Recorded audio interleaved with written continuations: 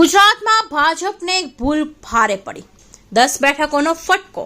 ગુજરાતમાં ક્ષત્રિય આંદોલન જોર પકડી રહ્યું છે। ભાજપને રાજ્યમાં ઠેર ઠેર વિરોધ પ્રદર્શનનો સામનો કરવો પડી રહ્યો છે। આ વિરોધ પ્રદર્શનનો અને ક્ષત્રિય એકજૂથતાને કારણે ભાજપને 10 લોકસભા બેઠકો ઉપર પરાજિત કરવા રણનીતિક આયોજનો કરાઈ રહ્યા છે।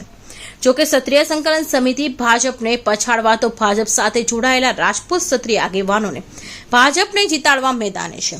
ભાજપ વિરુદ્ધ ક્ષત્રિય લડતના ભાગરૂપે રાજકોટ રતનપુર બાદ આજે દક્ષિણ ગુજરાતના બારડોલી શિક્ષણ ગુજરાત ક્ષત્રિય સમાજનું અસ્મિતા સંમેલન મળ્યું હતું।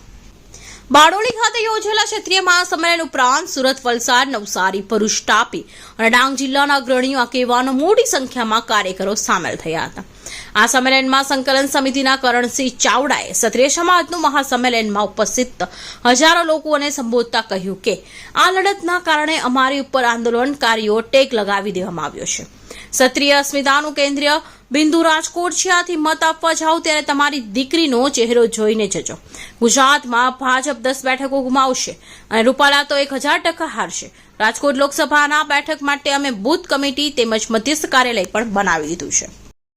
એમને જે શબ્દ પ્રયોગ કર્યો અને રાજા મહારાજાઓનું અપમાન કર્યું છે, એમની જે ભાષા હતી એ ભાષા કોઈ પણ કાળે ચલાવી લેવા એવી છે જ નહીં। એટલે હું આપના માધ્યમથી આ વાતની સખત શબ્દોમાં આલોચના કરું છું। એક જવાબદાર વ્યક્તિએ બોલી છે એ ખૂબ નિંદનીય કહેવાય।